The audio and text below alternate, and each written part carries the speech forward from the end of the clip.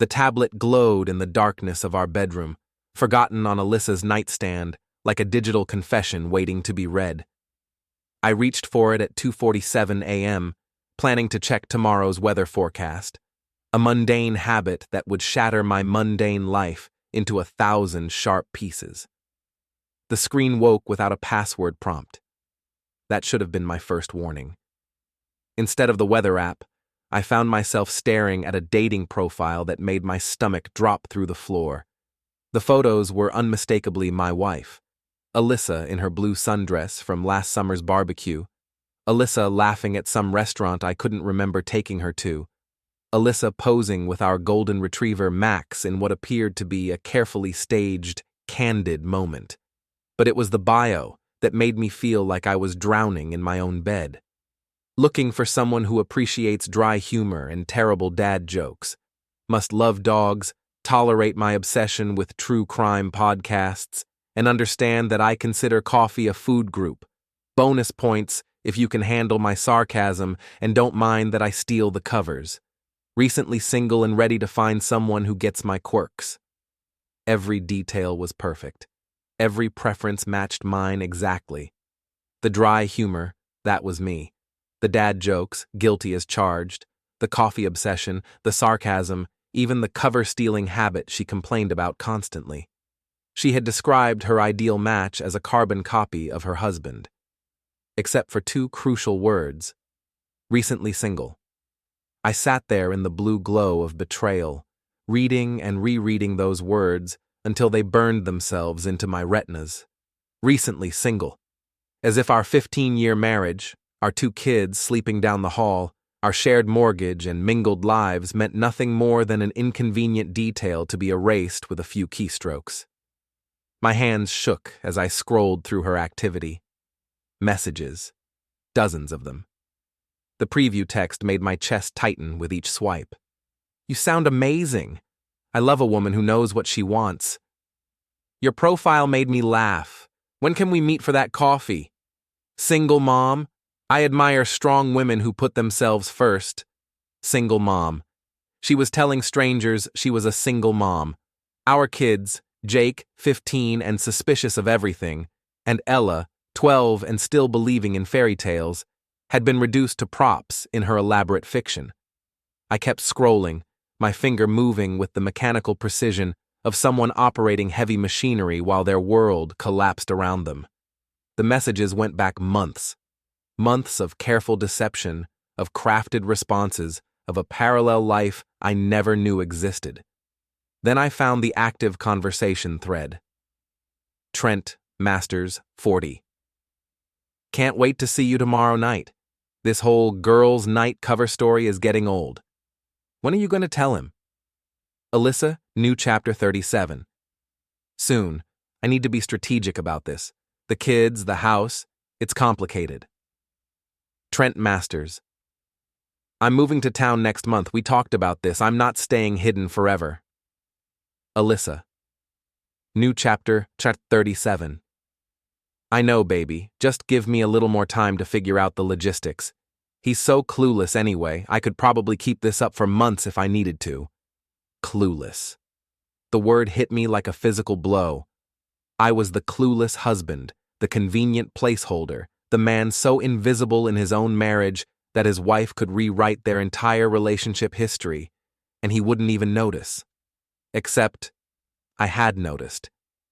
I was noticing everything now. The late-night work emergencies that required her to stay at the office until midnight. The sudden interest in yoga classes that somehow never resulted in any actual yoga poses being practiced at home. The way she guarded her phone like it contained state secrets, taking it with her to the bathroom, to the kitchen, even to check the mailbox. I had noticed, but I had chosen to trust instead of investigate. What kind of fool did that make me? The kind of fool who was about to become very dangerous. I screenshotted everything, every message, every photo, every carefully crafted lie. My IT background kicked in, muscle memory taking over as my emotional brain struggled to process the magnitude of the betrayal. I uploaded everything to a secure cloud account she didn't know about, then created backups of the backups. Evidence. I was collecting evidence like a man preparing for war, because that's exactly what this was. The bedroom door creaked, and I nearly dropped the tablet. Alyssa stirred in her sleep, mumbling something unintelligible before rolling over. Her face looked peaceful in the dim light, innocent even. The same face that smiled at me over morning coffee, kissed me goodbye before work, asked about my day with what I had assumed was genuine interest. How long had she been practicing this performance? How many mornings had she kissed me goodbye before heading off to plan my replacement? I powered down the tablet and placed it exactly where I had found it, then lay back down beside my wife, my soon-to-be ex-wife, though she didn't know I knew that yet. She shifted closer in her sleep, her arm draping across my chest in a gesture that once would have comforted me. Now it felt like being embraced by a snake. I stared at the ceiling until dawn, my mind racing through possibilities, strategies, and the delicious potential for revenge. By the time Alyssa's alarm went off at 6:30 a.m., I had made my decision. If she wanted to play games, I would play games. If she wanted to rewrite history, I would help her write the ending. And if she thought I was too clueless to notice her betrayal, she was about to discover just how wrong she could be. "Morning, honey," Alyssa said, stretching like a contented cat as her alarm buzzed. "Sleep well?" The casual intimacy of the question made my skin crawl, but I managed a smile. "Like a rock. You?" Great. I have that late meeting tonight, remember? Quarterly reviews with the executive team." She padded toward the bathroom, already reaching for her phone. "Don't wait up." Quarterly reviews. Right. I wondered if Trent Masters 40 knew he was being downgraded from a romantic evening to a corporate obligation. "No problem," I said. "I'll handle dinner for the kids." She paused in the bathroom doorway, and for a moment, I thought I saw something flicker across her face. Guilt? Regret? But then she smiled, that same bright, practiced smile I now recognized as performance art. "You're the best, Rowan. I don't know what I'd do without you." "You're about to find out," I thought, but kept my expression neutral. Just doing my part. The morning routine proceeded with surreal normalcy. Coffee brewing, kids stumbling downstairs in various states of consciousness, the familiar chaos of backpacks and breakfast and forgotten homework assignments. Jake grabbed a granola bar and mumbled something about staying after school for computer club. Ella demanded pancakes, then complained when I made them too thick. Normal. Everything was aggressively, painfully normal. Except for the way Alyssa kept checking her phone, except for the way she had suddenly started wearing perfume to work, except for the way she kissed me goodbye with lips that had been planning my emotional demise for months. I waited exactly 37 minutes after she left, before opening my laptop and creating my own dating profile. The irony was too perfect to resist. If Alyssa wanted to find someone exactly like her husband, I would give her exactly what she was looking for. I used a recent photo from my company's website, professional but approachable. The kind of picture that said, "stable IT guy with a sense of humor and no obvious red flags." My bio practically wrote itself. Dad joke enthusiast seeking someone who appreciates the finer things in life, like coffee that could wake the deceased and sarcasm delivered with surgical precision. I'm the guy who will steal your covers, but make up for it with breakfast in bed. Love dogs, tolerate cats, and believe that true crime podcasts are the perfect soundtrack for weekend cleaning. Looking for someone real, tired of games, and ready for something genuine. Every word was calculated, every phrase designed to appeal to the woman who had described me as her perfect match while simultaneously planning to replace me. The woman who thought I was too clueless to notice her double life was about to get a masterclass in strategic thinking. I uploaded the profile and started browsing. It took less than 10 minutes to find her. Alyssa, new chapter 37. Even her username was a slap in the face. Our marriage was apparently just a closed book, ready to be shelved in favor of something newer and more exciting. I studied her photos with the clinical detachment of a forensic investigator. The blue sundress shot was from our anniversary dinner last year. She had insisted on taking pictures by the restaurant's garden, claiming she wanted to remember the evening. Now I understood why. She was building a portfolio for her escape plan. The dog photo was even more calculated. She was kneeling beside Max in our backyard, laughing as he licked her face. The image of the perfect single mom, ready to share her life with the right man. Never mind that Max was technically my dog, adopted during my lonely bachelor days, and grudgingly accepted into our marriage. But it was the third photo that made my hands clench into fists. Alyssa in workout gear, taken at what appeared to be a gym I didn't recognize. She looked confident, radiant, free. This wasn't a woman trapped in an unhappy marriage. This was a woman who had already moved on, emotionally, if not physically. I swiped right. The match notification appeared instantly, accompanied by a cheerful little heart animation that felt like a mockery of everything we had once shared. Within minutes, a message appeared in my inbox. "Hi there. I love your profile. You sound like exactly the kind of person I've been hoping to meet. Your sense of humor reminds me of, well, let's just say you seem wonderfully familiar. Would you like to grab coffee sometime?" Familiar. She was flirting with a stranger who reminded her of her husband while planning to divorce that same husband. The cognitive dissonance would have been impressive if it wasn't so personally devastating. I crafted my response carefully. "Coffee sounds perfect. I have to ask, though, your profile mentions loving terrible dad jokes. What's your favorite? I need to know if we're compatible on the important stuff." The typing indicator appeared almost immediately, then disappeared, then appeared again. She was thinking, crafting her response with the same care I was using. The dance of deception had begun. "Oh gosh, I have so many favorites. But there's this one someone I used to know would tell. Why don't scientists trust atoms? Because they make up everything. It's absolutely awful, but it always makes me laugh." My joke. She was telling me my own joke, pretending it came from some mysterious figure from her past. The audacity was breathtaking. "That's hilarious. I love it. You know, you seem really familiar too. Have we met before? Maybe at a coffee shop or bookstore?" Another long pause. I could practically see her trying to figure out if this was coincidence or something more dangerous. "I don't think so. I'm pretty good with faces. But maybe we just have similar taste in hangout spots. Speaking of which, where would you like to meet? I know this great little place downtown." She was deflecting, steering the conversation toward logistics and away from the uncomfortable possibility that her perfect stranger might not be so strange after all. But I wasn't ready to let her off the hook yet. "Before we meet, I'm curious about something. You mentioned being recently single. That must have been difficult. What happened, if you don't mind me asking?" This time, the typing indicator stayed active for nearly 5 minutes. I imagined her crafting and deleting responses, trying to find the right balance of vulnerability and mystery, the right story to explain away 15 years of marriage. "It's complicated. I was with someone for a long time. We grew apart, wanted different things.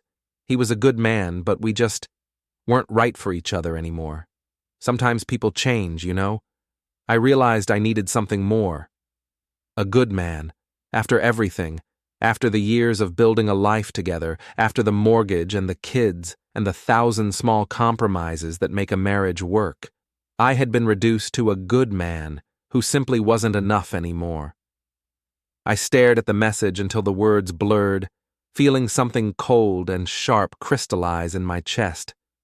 This wasn't just betrayal, it was erasure.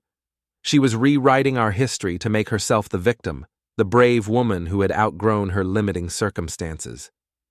Well, if she wanted a new story, I would help her write one. I understand completely. Sometimes we settle for what feels safe instead of reaching for what we really want. I'm glad you had the courage to make a change. Life's too short to stay somewhere you're not appreciated. Exactly. You really do get it. I feel like we're going to have so much to talk about. Oh, we definitely were. I hope you don't think this is too forward, but I have to ask, are you completely free to date? No complicated situations or unfinished business? I've been hurt before by people who weren't as available as they claimed to be. The question hung in the digital air like a loaded weapon. This was her chance to come clean, to admit that she was still married, still living a double life. Her chance to show even a shred of honesty. Completely free. No complications, no drama. Just me, ready to see what happens next. And there it was.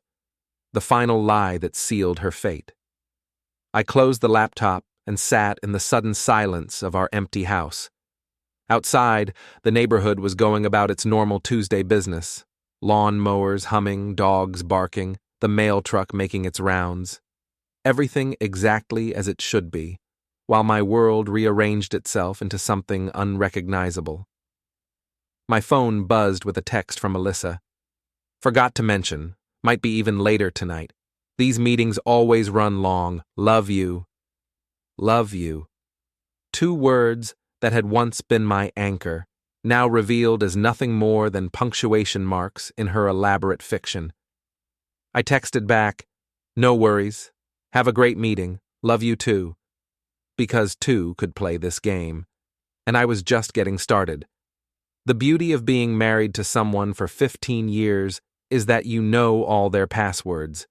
The tragedy is that you never think to use them until it's too late. I waited until Wednesday evening, when Alyssa was at another late meeting and the kids were absorbed in homework and video games. Then I opened her laptop, the one she thought was safely password protected with our anniversary date, and began my education in betrayal. Her browser history read like a roadmap to infidelity. Dating sites, relationship advice forums, articles about conscious uncoupling and co-parenting after divorce. She had been researching our ending for months, planning her exit strategy with the methodical precision of a military campaign. But it was her email that provided the real intelligence. Drafts folder, 17 unsent messages to a divorce attorney named Patricia Hawthorne, each one more detailed than the last, outlining assets, custody preferences, and a timeline for filing papers. The most recent draft was dated 3 days ago. Dear Ms. Hawthorne, I'm ready to proceed with filing. My husband remains unaware of my intentions, which should simplify the initial proceedings. I've documented instances of emotional neglect and lack of intimacy that should support my case for primary custody. Please prepare the paperwork for service next week. Emotional neglect. Lack of intimacy. I was being framed as a negligent husband by the woman who had been too busy conducting an affair to notice that I still brought her coffee every morning, still asked about her day, still tried to maintain the connection she was systematically destroying. I screenshotted everything, my fingers moving with mechanical efficiency while my brain processed the scope of her deception. She wasn't just planning to leave, she was planning to take the kids, the house, and probably half my retirement savings while painting herself as the victim of a loveless marriage. The sent folder revealed even more disturbing details. Messages to her sister Jennifer, her best friend Natalie, and several coworkers, all carefully crafted to build sympathy for her situation. Things with Rowan have been difficult for a while now. He's become so distant, so focused on work, that he barely notices I exist. I feel like I'm living with a roommate instead of a husband. I've tried everything, date nights, couples activities, even suggesting counseling, but he just doesn't seem interested in putting in the effort anymore. I deserve to be happy, right? I deserve to be with someone who actually wants to be with me. Each message was a masterpiece of manipulation, designed to recast our marriage as a tragic tale of a woman slowly withering away under the indifference of an emotionally unavailable husband. Never mind that I had suggested couples counseling 6 months ago, and she had dismissed it as unnecessary drama. Never mind that I had planned a surprise weekend getaway for her birthday, and she had complained about the timing conflicting with her yoga retreat. She was rewriting history in real time, and her audience was eating it up. Jennifer's responses were particularly infuriating. "You've given him so many chances, Liz. You can't sacrifice your happiness for someone who doesn't appreciate what he has." Natalie was even more supportive. "Life's too short to settle. If you've found someone who makes you feel alive again, you owe it to yourself to explore that connection. Someone who makes you feel alive again." So they all knew about Trent. My wife's affair wasn't just an open secret among her friends. It was being actively encouraged by the people I had considered part of our extended family. I kept digging, following digital breadcrumbs deeper into the rabbit hole of her deception. Her Google search history was particularly revealing. How to hide assets during divorce. Can spouse access dating app messages in court? Emotional abuse signs to document. How to prove husband is unfit parent. That last one made my hands shake with rage. She wasn't just planning to leave, she was planning to destroy me completely, to paint me as such an unfit father that I would be lucky to get weekend visitation rights. I opened a new browser tab and began my own research. If Alyssa wanted to play legal warfare, she would discover that her clueless husband had some advantages she hadn't considered. My IT background meant I understood digital forensics better than most divorce attorneys. My methodical nature meant I could document her deceptions with the same precision she was using to plan my destruction. And my complete lack of remaining trust meant I was willing to use every tool at my disposal. I started with her phone records, accessible through our shared family plan account. The pattern was immediately obvious. Dozens of calls to the same number, always during her supposed work hours, always lasting between 20 and 40 minutes. Trent's number, I assumed, though I wanted confirmation. A reverse phone lookup confirmed my suspicions. Trent Masters, age 40, recently relocated from Chicago to our city. Divorced, no kids, worked in corporate sales for a medical device company. His LinkedIn profile showed a man who clearly spent significant time at the gym with the kind of aggressive smile that suggested he was used to getting what he wanted. This was my replacement. This was the man my wife considered an upgrade. I studied his photo with the detached interest of a scientist examining a specimen. Conventionally handsome, sure, but there was something calculating in his eyes that reminded me uncomfortably of a used car salesman. The kind of man who would pursue a married woman without considering the collateral damage to her family. His social media presence painted a picture of someone desperately trying to project success and desirability. Expensive restaurant check-ins, gym selfies, photos of his sports car taken from carefully calculated angles. Everything about his online persona screamed insecurity, masked by material possessions. This was what Alyssa thought she was trading up for. I kept scrolling through his posts, looking for any mention of my wife. He was smart enough not to tag her directly, but there were subtle clues. Photos from restaurants I knew she had claimed to visit with co-workers, locations that matched her supposed business trips, even a picture of a coffee cup from the shop where she had suggested meeting her mysterious dating app match. They had been hiding in plain sight, conducting their affair with the arrogance of people who believed they were too clever to be caught.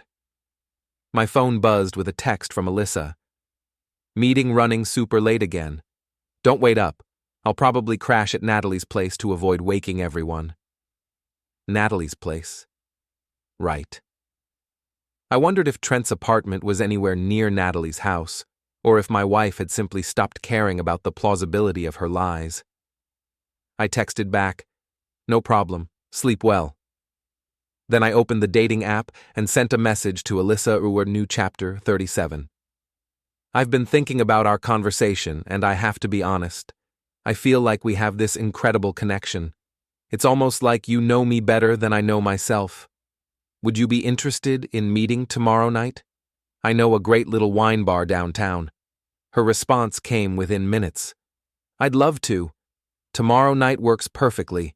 I'm so excited to finally meet you in person." Excited to finally meet me. The woman who had shared my bed for 15 years, who knew that I snored when I had allergies, and that I always burned the first batch of pancakes, was excited to finally meet me. The irony would have been hilarious if it wasn't so personally devastating.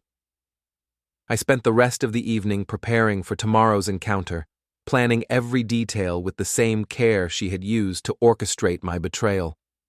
By the time I went to bed, alone since Alyssa was presumably spending the night exploring her connection with Trent, I had everything mapped out. Tomorrow night, Alyssa would finally meet her perfect match, and I would finally meet the woman who had been systematically destroying my life while I slept beside her, trusting and clueless. The woman who thought she knew me so well would discover that she didn't know me at all.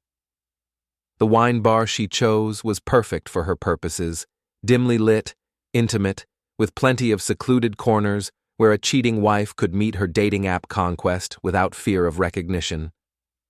I arrived 30 minutes early and claimed a table with clear sightlines to both the entrance and the back exit, then settled in to wait for my wife to show up for our blind date. She walked in at exactly 7:30 p.m., scanning the room with the nervous energy of someone about to commit a crime. She had chosen her outfit carefully, a black dress I had never seen before, heels that added 3 inches to her height, makeup applied with the precision of someone preparing for battle.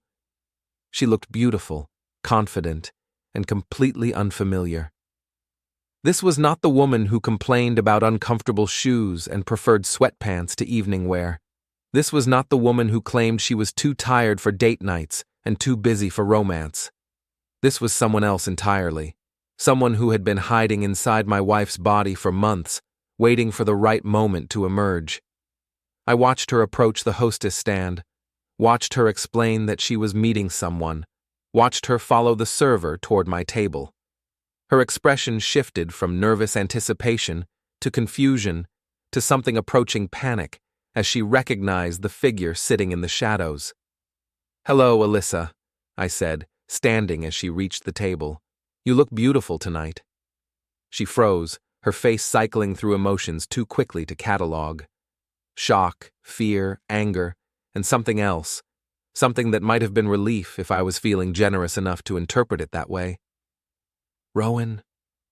Her voice was barely above a whisper. "What are you doing here?" "Meeting my perfect match," I said, pulling out her chair with exaggerated courtesy. "Please sit. We have so much to talk about." She remained standing, her purse clutched against her chest like armor. "I don't understand. How did I find you? Technology can be so helpful when you want to connect with people, especially when they forget to log out of shared devices." I gestured again to the chair. "Sit, Alyssa. People are starting to stare." She glanced around the restaurant, suddenly aware of the other diners, the servers, the potential witnesses to whatever scene was about to unfold. Social pressure won out over fight-or-flight instinct, and she lowered herself into the chair with the mechanical movements of someone operating under extreme stress. "You've been busy," I continued, settling back into my own seat with deliberate calm. "Dating profiles, divorce attorneys, character assassination campaigns among our mutual friends. Quite the comprehensive strategy." "Rowan, I can explain." "Can you? Because I'd love to hear the explanation for how a happily married woman ends up describing her husband as her ideal match while simultaneously telling the internet that she's single."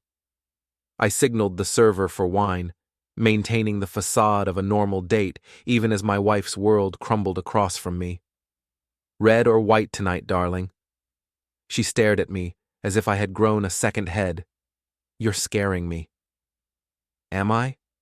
That's interesting, because according to your emails, I'm just a distant, emotionally unavailable workaholic who barely notices you exist, hardly the type to inspire fear." The server appeared, and I ordered a bottle of the house red without consulting her. "We'll need a few minutes with the menu." The server retreated, leaving us alone in our bubble of civilized hostility. Alyssa leaned forward, her voice dropping to an urgent whisper. "How long have you known?" "About the affair? About Trent? About your divorce plans? Or about the systematic campaign to paint me as an unfit father?" I watched her flinch with each revelation. I've known enough, for long enough, to be very disappointed in your creativity. Emotional neglect? Really? That's the best you could come up with? It's not like that. It's exactly like that. You've been planning this for months, Alyssa. Building your case, gathering your evidence, preparing your exit strategy. The only thing you didn't plan for was the possibility that your clueless husband might actually pay attention. The wine arrived, and I went through the ritual of tasting and approving it while she sat in stunned silence. The server filled both glasses and disappeared again, leaving us with the pretense of romantic intimacy that now felt like a cruel joke. I never meant for it to happen this way, she said finally. Which part? The lying, the cheating, or the elaborate scheme to destroy my relationship with my children? That's not what I was trying to do. How to prove husband is unfit parent. Your Google search history is very enlightening. I took a sip of wine, savoring both the vintage and the look of horror spreading across her face. Did you really think I wouldn't find out? Did you really believe I was that oblivious to what was happening in my own house? She reached for her wine glass with trembling fingers. I was going to tell you. When? After you had me served with divorce papers?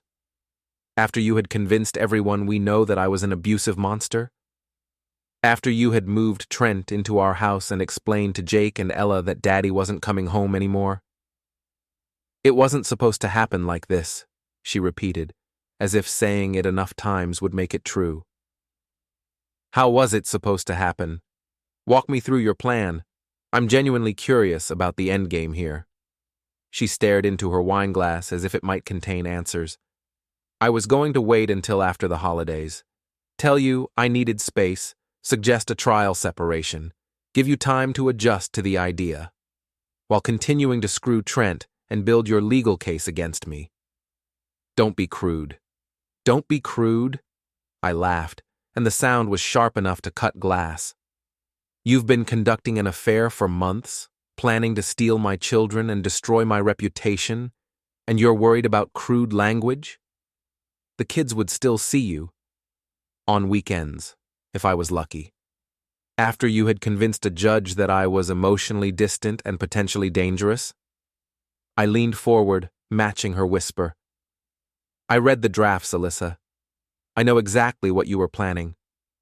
She was crying now, silent tears that smeared her carefully applied makeup.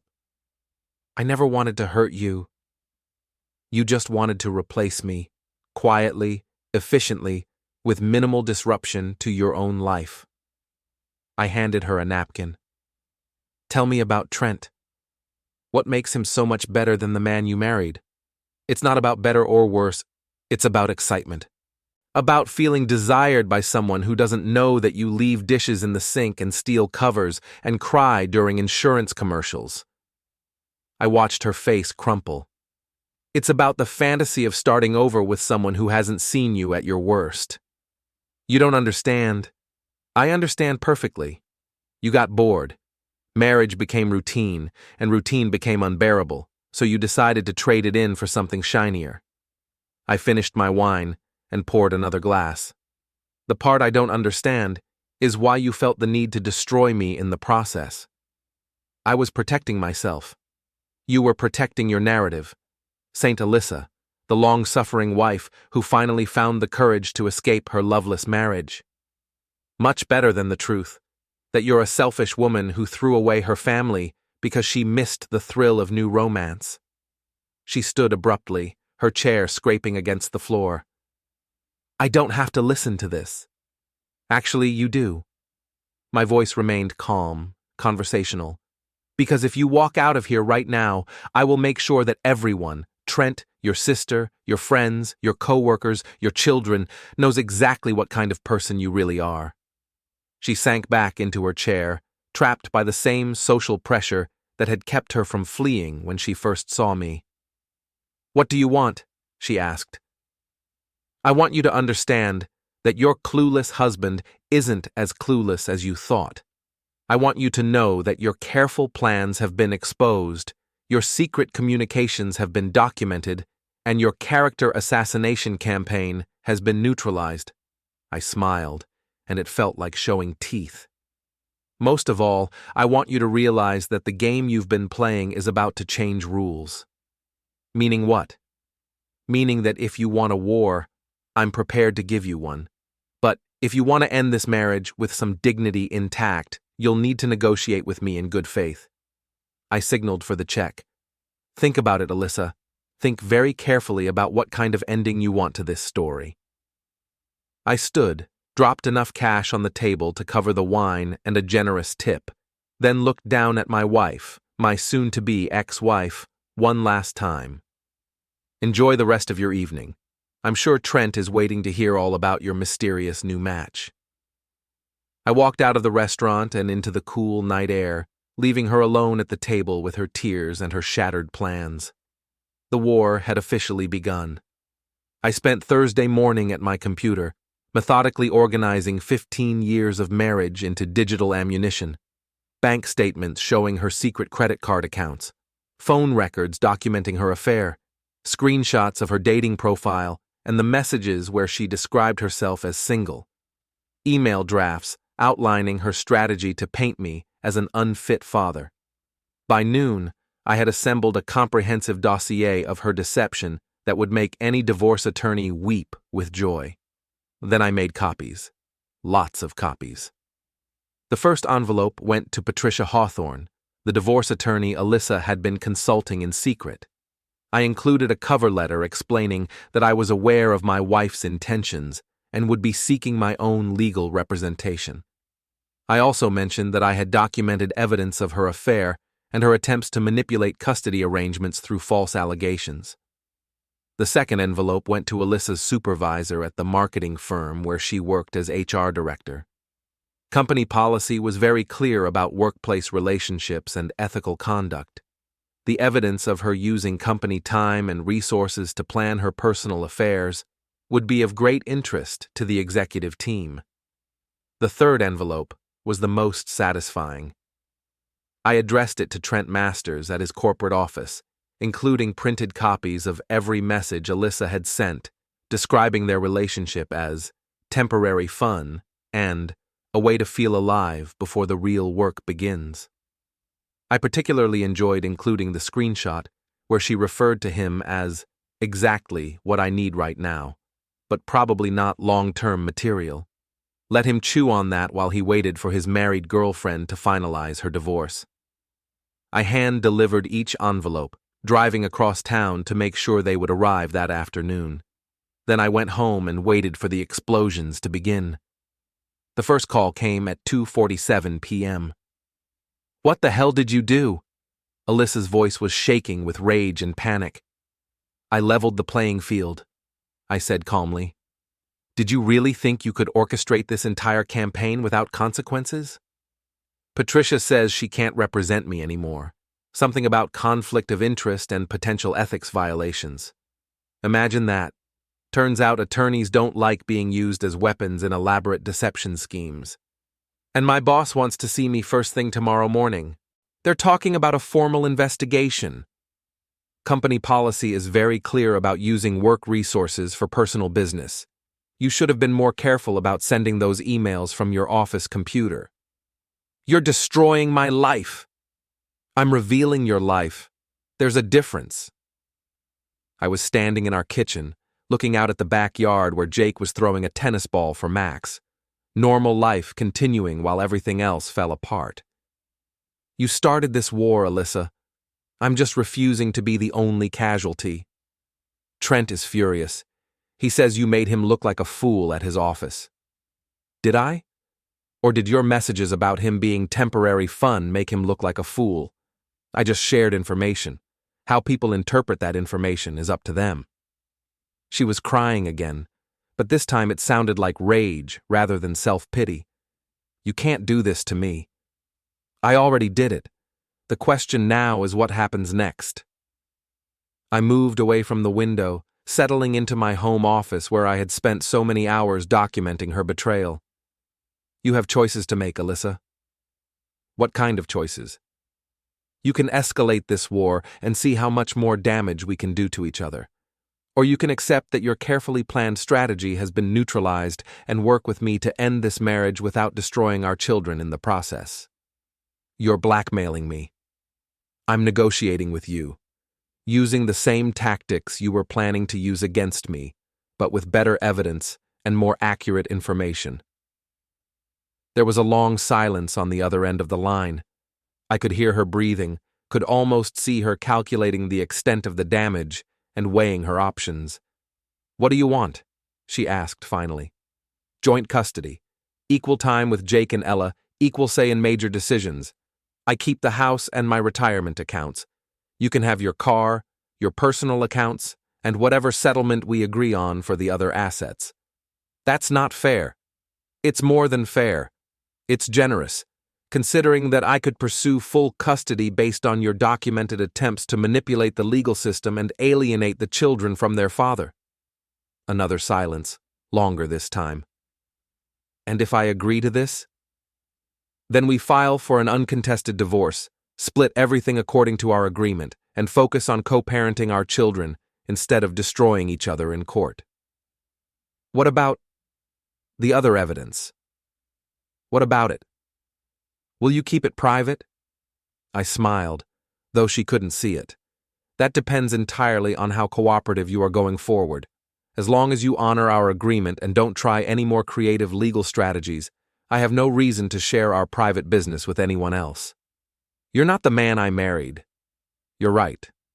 The man you married was trusting, naive, and willing to overlook warning signs because he believed in the fundamental goodness of the woman he loved." I paused, letting that sink in. "That man is gone, Alyssa. You created this version of me through your choices. I hope you like what you've built." "I need time to think." "You have until Sunday. After that, I file my own papers and we let the courts sort everything out." I was already reaching for the phone to hang up. "Choose wisely." I ended the call and sat in the sudden quiet of my office, surrounded by the evidence of my wife's betrayal and the tools of my revenge. Outside, I could hear Jake and Ella arguing about something trivial, their voices carrying the easy irritation of siblings who took their security for granted. They had no idea their world was about to change forever. My phone buzzed with a text message from an unknown number. "This isn't over." Trent, presumably, making his position clear. I typed back, "You're right. It's just beginning." Then I blocked his number and went outside to throw the tennis ball with my son, who still believed his father was just a regular guy who worked with computers and made terrible jokes at breakfast. I was going to miss being that man, but I was discovering that I quite enjoyed being this one instead. Sunday arrived with unseasonable warmth and the kind of crystalline clarity that made everything look sharp-edged and dangerous. I was drinking coffee on the back porch when Alyssa's car pulled into the driveway, returning from what I assumed was a weekend of crisis management with Trent and her rapidly shrinking support network. She found me outside, still in my pajamas and completely at peace with the world. "We need to talk," she said. "I figured. Coffee's fresh if you want some." She poured herself a mug with hands that shook slightly, then settled into the chair across from me. We sat in silence for several minutes, listening to the neighborhood wake up around us. Dogs barking, lawnmowers starting, the distant sound of children playing in someone else's backyard. "I'll take your deal," she said finally. "Smart choice. But I have conditions." I raised an eyebrow. "You're not really in a position to make demands, but I'm willing to listen. I want this kept private. No more evidence packages, no more public humiliation. We tell people we grew apart, decided to divorce amicably." "Agreed, as long as you honor the custody arrangement and don't try to interfere with my relationship with the kids. And I want you to stop punishing Trent. He didn't know about your investigation. This isn't his fault." I almost laughed. "Isn't his fault? He pursued a married woman, helped you plan your affair, and was perfectly willing to benefit from your deception. But fine. As long as he stays out of my business, I'll stay out of his." She nodded, some of the tension leaving her shoulders. When do we tell the children? Today. Together. We present a united front, make it clear that this is about us growing apart, not about them doing anything wrong. What do we say about afterward? About living arrangements? We say that we're going to try something new, where they get to spend equal time with both parents. We make it sound like an adventure instead of a catastrophe. She was crying again, but quietly this time, without the dramatic flair of her restaurant breakdown. I never wanted it to end this way. How did you want it to end? I don't know. Differently. Better. There was no better way, Alyssa. Not once you decided that lying and cheating were acceptable strategies. I finished my coffee and set the mug aside. But we can control how it ends from here. We can be adults about this, for their sake. Do you hate me? The question hung in the morning air like smoke from a distant fire. I considered it carefully, examining my feelings with the same methodical approach I had used to document her betrayal. No, I said finally. I hate what you did, and I hate who you became while you were doing it. But I don't hate you. We were good together once. We created 2 amazing children together. That has to count for something. I'm sorry. For all of it. For hurting you, for lying, for making you into someone you didn't want to be. I'm not sorry for who I became. You taught me that I'm stronger than I thought, smarter than you gave me credit for, and perfectly capable of protecting myself when necessary. I stood, gathering our mugs. Those are valuable lessons. What happens now? Now we go inside and tell Jake and Ella that their parents are getting divorced. Then we spend the next few years learning how to be co-parents instead of spouses. Then we move on with our separate lives and try to be happy in whatever way we can manage. And us? Will we ever be able to be friends? I looked at her sitting in the morning sunlight, still beautiful despite everything, still the woman I had loved enough to build a life with. Still the woman who had systematically dismantled that life while I slept beside her, trusting and unaware. Maybe, I said, someday, when the anger fades and the hurt stops feeling so fresh, when we can remember the good parts without being overwhelmed by how badly it ended. I hope so. Me too. I went inside to wake the children and prepare them for the conversation that would reshape their understanding of family, love, and the impermanence of even the most fundamental things. Behind me, Alyssa remained on the porch, staring out at the backyard where we had hosted birthday parties and barbecues and lazy Sunday afternoons when we still believed we would grow old together. The war was over.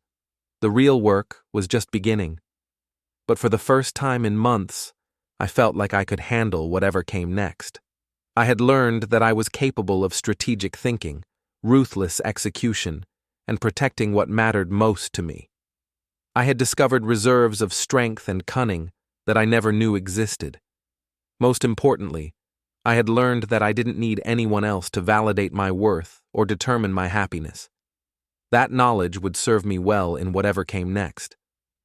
The tablet that had started this whole nightmare sat on my desk, powered down and silent. I had thought about throwing it away, destroying the device that had revealed my wife's betrayal and set everything in motion. But I had decided to keep it. Not as a reminder of what I had lost, but as a symbol of what I had gained. The ability to see clearly, even when the truth was painful. The strength to act decisively, even when action meant destroying everything I thought I wanted. The wisdom to know that sometimes the best way to save yourself is to stop trying to save everyone else. These were hard-won lessons, purchased with the currency of a broken marriage and a shattered sense of trust. But they were mine now, and no one could take them away. I powered up the tablet one last time, deleted Alyssa's dating profile, and closed that chapter of our story forever. Then I went to find my children and begin writing the next one.